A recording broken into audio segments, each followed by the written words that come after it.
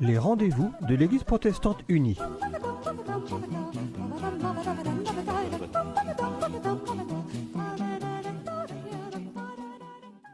Bonjour à chacun, nous sommes heureux de vous retrouver. Aujourd'hui, nous accueillons le pasteur Pierrot Munch. Bonjour. Bonjour Pierrot. Et vous allez nous parler du thème des repas dans la Bible. Oui, en effet. Nous avons vécu il n'y a pas si longtemps que ça la période de Noël, des fêtes, de Nouvel An, et puis chacun a des occasions de repas amicaux, travail, familiaux. Et je me suis demandé finalement, qu'est-ce que la Bible nous dit des repas ? Est-ce que la Bible en parle d'abord ? Oui. Et je me suis rendu compte que, en fait, il y a énormément de textes de la Bible qui parlent de repas. D'abord dans les évangiles, si on ne prend que ça, chez Luc, il y a 10 scènes de repas et on recense près de 30 mentions de repas chez Matthieu. Alors on peut se demander, mais est-ce qu'un repas, ça a une dimension religieuse ? C'est vrai que la nourriture, c'est quelque chose de vital, on ne peut pas s'en passer. Et si on va un peu plus loin, parce que boire et manger, c'est vital à toutes les époques et dans tous les lieux. Ce sont des éléments bien sûr essentiels de la vie humaine et qui ont toujours été très intimement liés au sacré, et ce dans toutes les religions sur toute la terre. Alors, manger ensemble, ça crée aussi une communauté d'existence entre les personnes qui partagent ce repas. Et si on regarde maintenant dans la Bible en général, j'ai été stupéfait, je dois le dire, en m'intéressant à cette question, de voir que de la première page de la Bible jusqu'à la dernière, on n'arrête pas de parler de repas.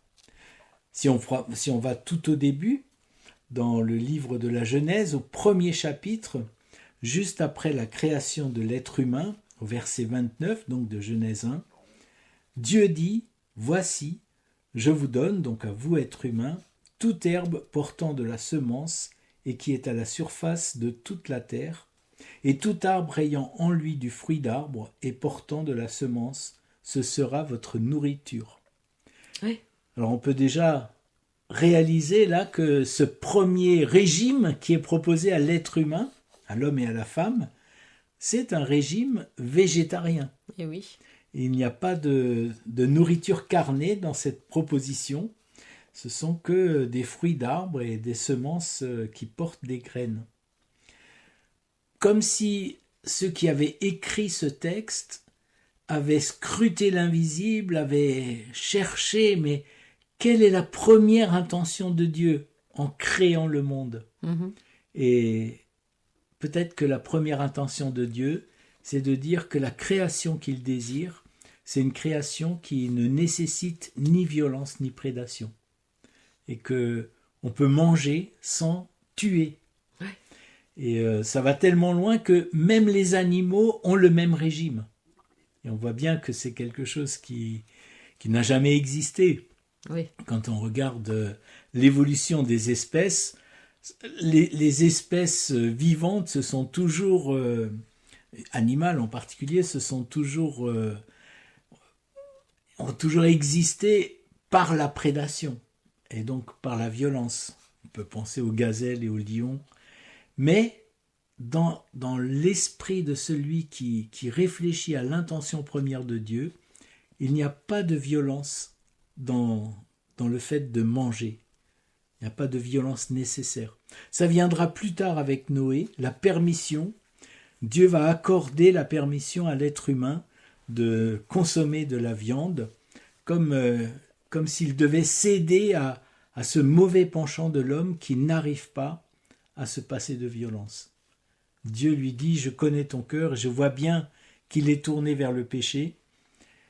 Je l'accepte et je t'accepte avec ça. Mais vas-y avec modération. » Alors ça, c'est pas Dieu qui le dit dans la Bible, mais nous aujourd'hui, c'est ce que nous comprenons. Allez-y avec modération et on se rend bien compte qu'il faut qu'on aille vers d'autres modèles de nourriture que des modèles très carnés comme on a pu connaître. Donc déjà, les textes de la Bible paraissent extrêmement modernes, d'après ce que vous dites. D'une certaine manière, Ont oui. des choses à nous dire, à nous, aujourd'hui encore. D'une certaine manière, quand on regarde l'évolution du monde, et actuellement, bien sûr, tous les enjeux Ben oui. de la biodiversité qui nous habitent, qui sont présents, on voit bien que vivre d'une manière qui n'est pas conforme au projet d'amour de Dieu engendre non seulement de la violence, mais aussi de la disparition d'espèces. Donc on a vu dans Genèse, on a vu avec Noé, mais j'imagine qu'il y a plein d'autres repas dans l'Ancien Testament. Alors je vous propose de faire tout de suite un saut à la dernière page de la Bible, puisqu'on Oui. disait de la première page jusqu'à À la la dernière dernière. page, Oui. on parle de nourriture. Dans Genèse 2, on est encore dans la Genèse, Mhm. Dieu va planter un jardin en Éden avec tous les bons arbres à manger. Et puis il y a 2 arbres au milieu du jardin auxquels Dieu ne voudrait pas que l'homme touche pour l'instant. Le premier, c'est l'arbre de la connaissance du bien et du mal. Et le deuxième arbre, c'est l'arbre de la vie. Cet arbre que on va retrouver au dernier chapitre de l'Apocalypse, Apocalypse 22. L'ange va montrer à Jean le fleuve de vie limpide comme du cristal qui sort du trône de Dieu et de l'agneau. Et, est-il écrit, entre les 2 bras du fleuve se trouve l'arbre de vie qui produit 12 récoltes, une chaque mois, et ses feuilles servent à la guérison des nations. Voilà donc, on termine la Bible avec cette nourriture, enfin que l'homme pourra consommer, qui est celle de l'arbre de vie, qui donne cette vie éternelle, cette vie au-delà de toute vie. Et donc, entre les deux, il y a plein d'autres repas dont la Bible va nous parler. Juste avant d'aller plus loin, une petite remarque. Dans Genèse 3, on revient tout au début de la Bible, dans Genèse 3, tout se dégrade dans la création de Dieu à travers un repas. Eh oui. Puisque Dieu avait défendu à l'être humain de consommer de l'arbre de la connaissance du bien et du mal dans le jardin d'Éden, et c'est par la consommation du fruit de cet arbre que l'être humain, l'homme comme la femme, vont perdre leur candeur initiale et vont se trouver plongés dans le monde dans lequel nous sommes aujourd'hui, et qui a toujours été en fait. C'est une manière d'expliquer pourquoi le monde est comme il est, alors que Dieu voulait une création bonne. Ouais. Et L'homme donc, a fait un choix de manger, de s'approprier voilà, ce qui était interdit. c'est étonnant de voir que c'est à travers un repas que ça se passe. Ouais. Et peut-être, ça permet de faire encore une petite parenthèse. Aujourd'hui, quand on réfléchit à la question de la biodiversité, du climat, du réchauffement climatique, on nous dit que d'une certaine manière, nous avons le pouvoir de changer le monde en regardant ce que nous mettons dans notre assiette. Oui. Donc encore à travers la nourriture, comme dans Genèse 3, il y a comme une espèce d'enjeu essentiel qui se passe par la nourriture, ce qui a été souligné il y a déjà plusieurs milliers d'années par ceux qui ont écrit ces textes très anciens. Donc nous sommes avec le pasteur Piero Munch qui nous parle des repas dans la Bible. Et donc nous avons vu dans Genèse et dans Apocalypse cet arbre de vie, ce que Dieu donne. Alors dans le Premier Testament, vous voulez aussi souligner quand même d'autres repas aussi ? Alors il y en a tellement, ce serait difficile de s'attarder à tous, mais passons-en quelques-uns rapidement en revue. Le premier, que je voudrais souligner, c'est l'hospitalité que Abraham accorde à 3 visiteurs qui viennent à sa rencontre sous le chêne de Mambré. Et la première chose que Abraham va faire pour accueillir ses visiteurs, c'est bien sûr préparer un repas. Et ce moment est très important puisque ces visiteurs sont envoyés par Dieu, sont des messagers, des anges qui représentent Dieu lui-même et qui viennent annoncer à Abraham que ça y est, enfin, Sarah, sa femme, va enfanter, va avoir son propre fils, Isaac, qui va être le fils de la bénédiction, par lequel le monde entier, l'humanité entière, sera bénie par Dieu. Donc ça, c'est un repas d'hospitalité plutôt heureux. Oui. Mais il y a aussi des repas Alors il y a des qui repas... sont des signes plus lourds. Oui, des repas de trahison, pourrait-on dire. On peut penser au plat de lentilles que Jacob a proposé à Ésaü en lui rachetant son droit d'aînesse pour un plat de lentilles. On en parle encore quelquefois aux actualités ces derniers temps. Quand il y a des enjeux politiques et qu'on voit des hommes politiques qui acceptent des postes, on dit quelquefois, on entend ces commentaires, pour un plat de lentilles, il a accepté. Et voilà, c'est aussi important de réaliser que quelquefois le repas, c'est le lieu de la trahison.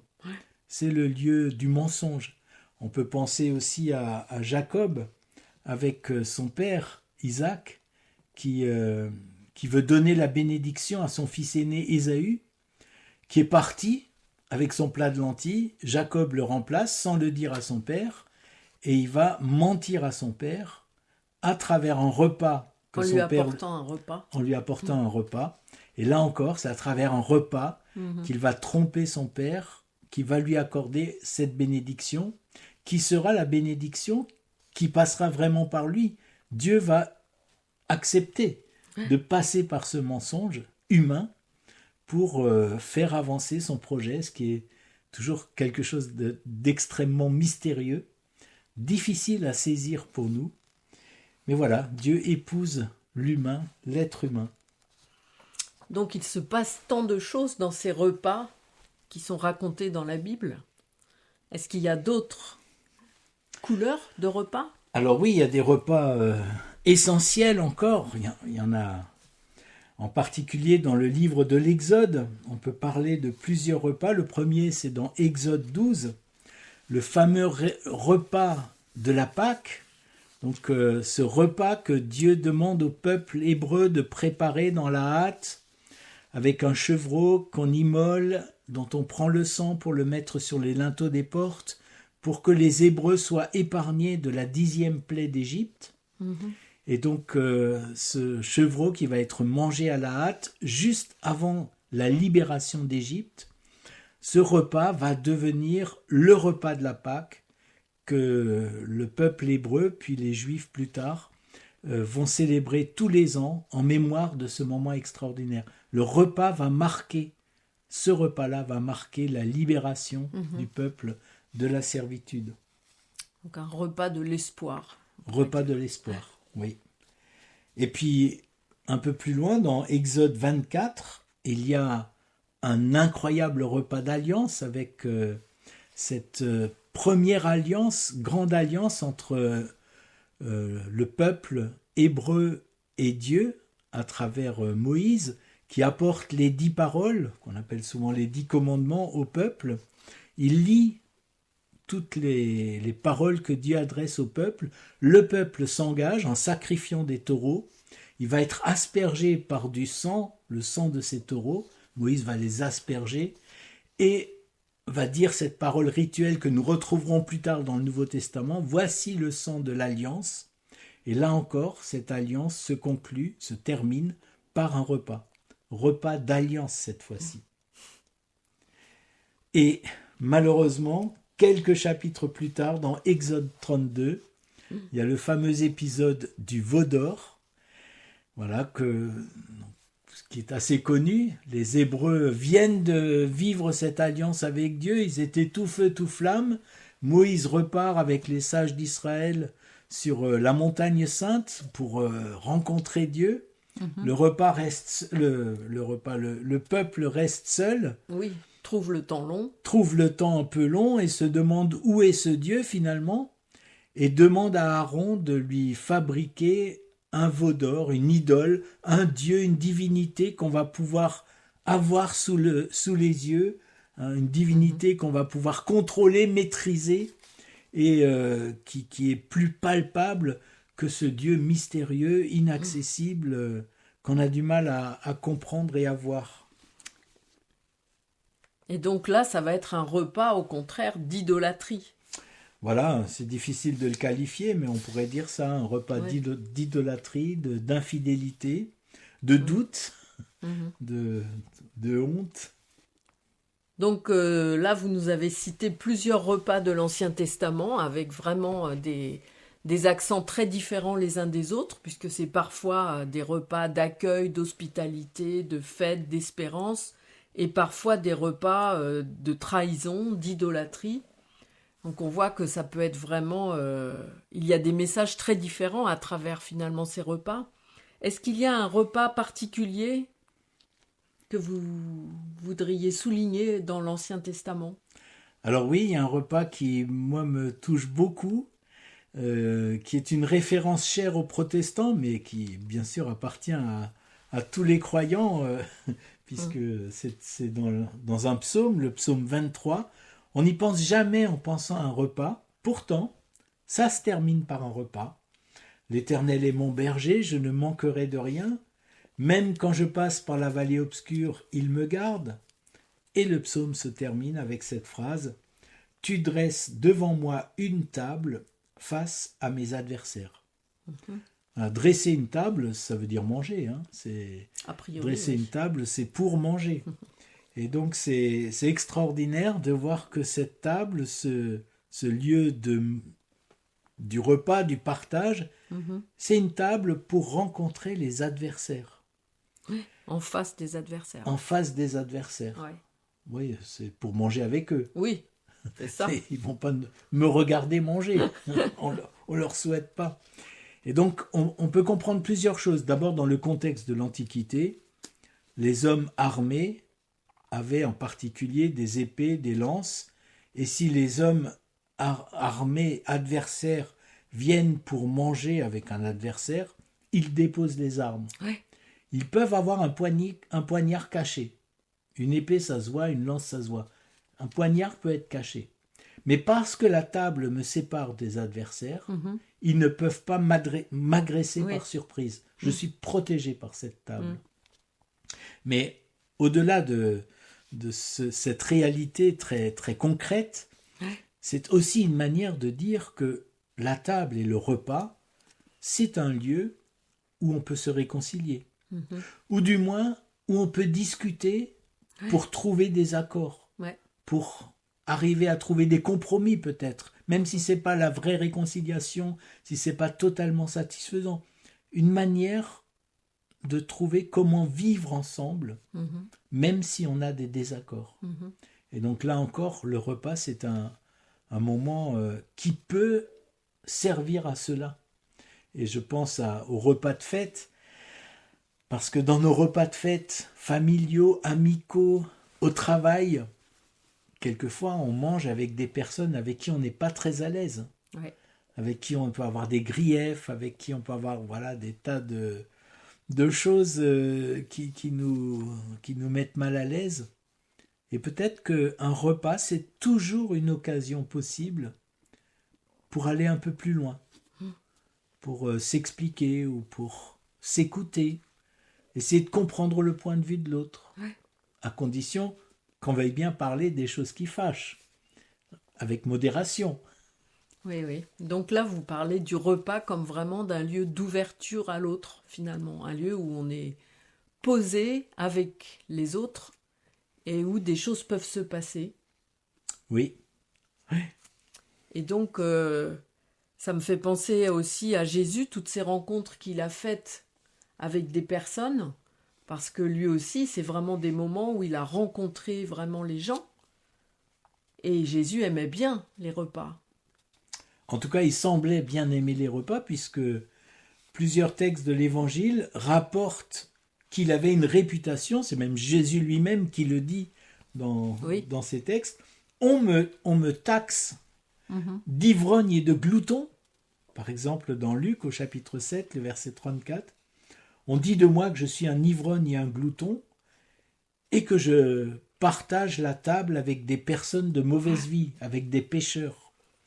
Voilà. Jésus n'a pas peur d'aller à la rencontre de personnes qui sont rejetées par tous les autres de ses contemporains. il va manger chez Zachée, le collecteur d'impôts. Il va manger avec des pharisiens qui ne sont pas toujours ses amis. Et même quand ce sont des amis, voilà que dans un épisode arrive une femme dite pécheresse, une femme de mauvaise vie, qui va lui laver les pieds avec ses larmes et lui mettre du parfum sur les pieds, les essuyer avec ses cheveux. Tout le monde est choqué. Personne ne comprend que Jésus ne réagisse pas, puisque cette femme est considérée comme étant impure, et elle va rendre le rabbi impur. Mais pour Jésus, c'est le contraire. C'est pas l'impureté qui contamine, c'est sa pureté à lui qui va contaminer ce qui est impur et qui va le rendre pur. Et il fait quelque chose d'extraordinaire avec cette femme. Tout le monde voit et dit de cette femme les mauvaises choses qu'elle a pu faire dans sa vie. C'est pas précisé dans le texte. Est-ce que c'était une prostituée? Est-ce que c'était une femme adultère? On ne sait pas. Tout le monde souligne ça. Jésus souligne une seule chose, c'est l'amour qu'elle manifeste pour lui. Comme si Jésus, lui, ramenait toujours le positif. Même s'il y a des choses horribles, il souligne ce qui est beau et bon dans la vie d'une personne. Et ça, c'est peut-être un exemple aussi pour nous, quand nous sommes à table avec des personnes avec qui on ne s'entend pas bien. Peut-être que c'est une occasion de souligner le beau et le bon de la personne. Aucune personne n'est totalement mauvaise, surtout pas les gens qu'on rencontre tous les jours. Aucune personne n'est totalement mauvaise. Nous, quand on est en conflit avec quelqu'un, on a tendance à diaboliser les gens. C'est-à-dire, ils sont tout méchants, tout mauvais, rien de bon peut sortir d'eux. Si on commence à s'exercer, à chercher véritablement ce qu'il y a de beau et de bon, même chez quelqu'un qu'on n'apprécie pas, déjà notre regard sur la personne commence à changer. Et c'est une manière de sortir des repas que nous subissons quelquefois avec des gens qui nous énervent pour, au contraire, en faire une occasion de construire quelque chose de positif et de faire triompher la vie plutôt que la mort. Donc le repas comme une rencontre particulière, mais finalement ce que vous nous dites là, ça vaut pour toutes les rencontres. Quand on rencontre une personne, on peut toujours se dire qu'il y a dans cette personne forcément du bon. Bien sûr. C'est pas spécialement pendant les repas. C'est souvent pendant les repas. Mais il se trouve que Jésus a donné l'exemple là, pendant des repas en tout cas. Oui, et souvent les repas sont des occasions possibles pour le vivre. Voilà, c'est ça. C'est des occasions, on a le temps. Donc nous sommes avec le pasteur Piero Munch qui nous parle donc des repas dans la Bible. Et dans le Nouveau Testament, vous nous avez cité plusieurs repas que Jésus fait chez des personnes plus ou moins recommandables, mais où à chaque fois c'est un moment de rencontre. Et il y a certains épisodes qui sont beaucoup racontés dans le Nouveau Testament. Oui, alors un repas un peu particulier, là encore on ne pense pas forcément à ces épisodes-là quand on parle de repas, mais c'est la multiplication des pains. Ouais. La multiplication des pains, au départ, c'est parce que les gens avaient faim et qu'il fallait leur donner à manger. Et donc, il y a 6 récits de multiplication des pains dans les 4 évangiles. Donc, certains évangiles racontent 2 multiplications des pains qui ne se situent pas de la même manière. Par exemple, chez Marc, au chapitre 6, la multiplication des pains qui est racontée là parle surtout aux Juifs, puisque la grande référence dans ce texte, c'est Moïse, celui qui a donné la manne, celui qui a donné les tables de la loi. Et puis, il va rester 12 paniers, un panier pour chaque tribu d'Israël, comme pour dire que voilà, il y en a pour tout le monde. Et tous les membres du peuple vont pouvoir être rassasiés par cette multiplication des pains. Alors qu'au chapitre 8, chez Marc toujours, la multiplication se passe hors de la terre sainte, entre guillemets, dans la Décapole, un territoire païen, et a plus de symbolique universelle. Et par exemple, il y a 7 pains, 7 corbeilles, qui est un chiffre de la plénitude de Dieu pour dire